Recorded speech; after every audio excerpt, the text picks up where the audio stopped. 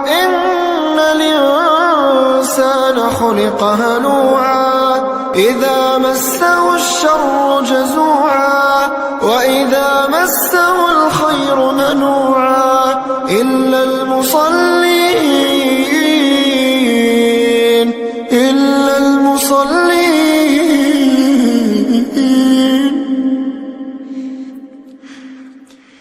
الذين هم على صلاتهم دائمون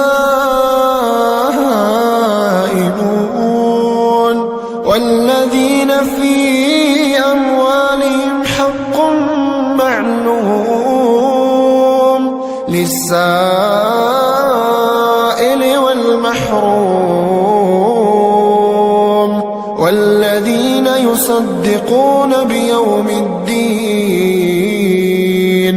والذين هم من عذاب ربهم مشفقون